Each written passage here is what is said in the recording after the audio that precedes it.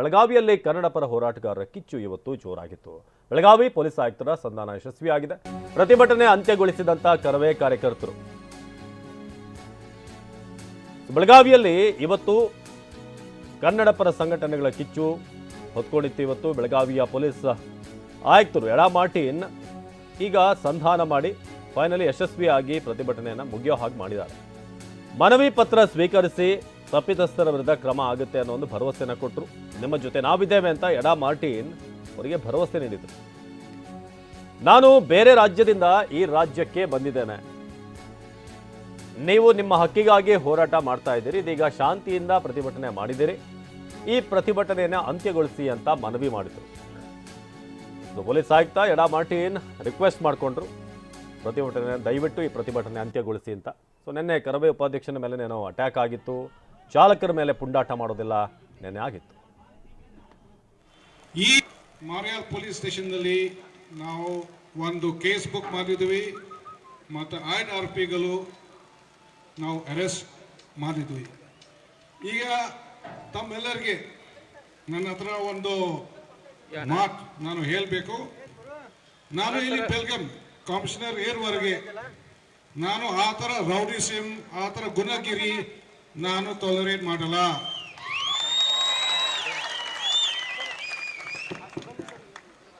ನಾನು ಮೇಘಾಲಯದಿಂದ ಬಂದಿದ್ದೀನಿ, IPS join ಮಾಡಿದ್ದೀನಿ, ಮತ್ತು ಈಗ ನಾನು ಕರ್ನಾಟಕ ಸ್ಟೇಟ್ನಲ್ಲಿ ನಾನು ಸೇವಾ ಮಾಡ್ತಾ ಇದ್ದೀನಿ. ಮತ್ತು ಯಾವಾಗಲೂ ಸಿಟಿಸನ್ಸ್ ಪರವಾಗಿ, ಜನ ಪರವಾಗಿ ನಾನು ಕೆಲಸ ಮಾಡ್ತೀನಿ. ಈ ಥರ ಗುಂಡಗಳು ಯಾರು ಇದ್ದಾರೆ ಇಲ್ಲಿ ಬೆಳಗಾಂ ಸಿಟಿದಲ್ಲಿ ಅವ್ರಿಗೆ ನಾನು ಬಿಡಲ್ಲ, ಮತ್ತು ಯಾವಾಗಲೂ ಅವ್ರ ಮೇಲೆ ನಾನು ಆಕ್ಷನ್ ತಗೊಳ್ತೀನಿ. ಅದಕ್ಕೆ ಈಗ ನಾನು ತಮ್ಮೆಲ್ಲರಿಗೆ ಒಂದು ರಿಕ್ವೆಸ್ಟ್ ನಾನು ಹೇಳ್ತಾ ಇದ್ದೀನಿ.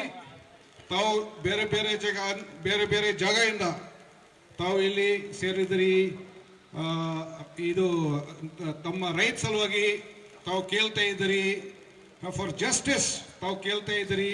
ಈಗ ಎಲ್ಲ ಆಗಿದೆ, ಅದಕ್ಕೆ ಈಗ ದಯವಿಟ್ಟು ಇಲ್ಲಿಂದ ಮತ್ತೆ ಎಷ್ಟು ಪ್ರೊಟೆಸ್ಟ್ ಮಾಡಿದಿರಿ ಈಗ ಮುಗಿಸೋಣ.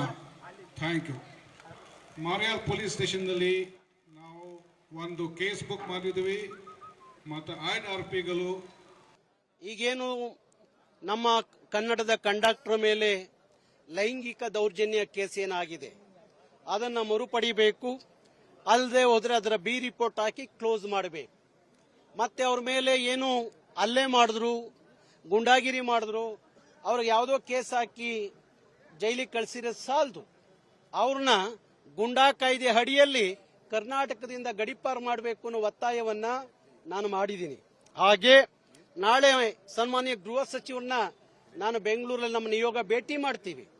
ಯಾವ PSI ಇದ್ದಾರೆ ಅವರ ವರ್ಗಾವಣೆ ಅಷ್ಟೇ ಆಗಬಾರ್ದು, ಇನ್ನೊಂದ್ಸಲಿ ಇಂಥ ಪ್ರಕರಣ ಆಗಬಾರ್ದು ಅನ್ನೋದಾದ್ರೆ ಅವ್ರನ್ನ ಅಮಾನತಲ್ಲಿ ಇಡಬೇಕು ಅಂತ ಹೇಳಿ ಗೃಹ ಸಚಿವರಿಗೆ ನಾನು ಒತ್ತಾಯ ಮಾಡ್ತೀನಿ. ಈಗೇನು ನಮ್ಮ ಕನ್ನಡದ ಕಂಡಕ್ಟರ್ ಮೇಲೆ ಲೈಂಗಿಕ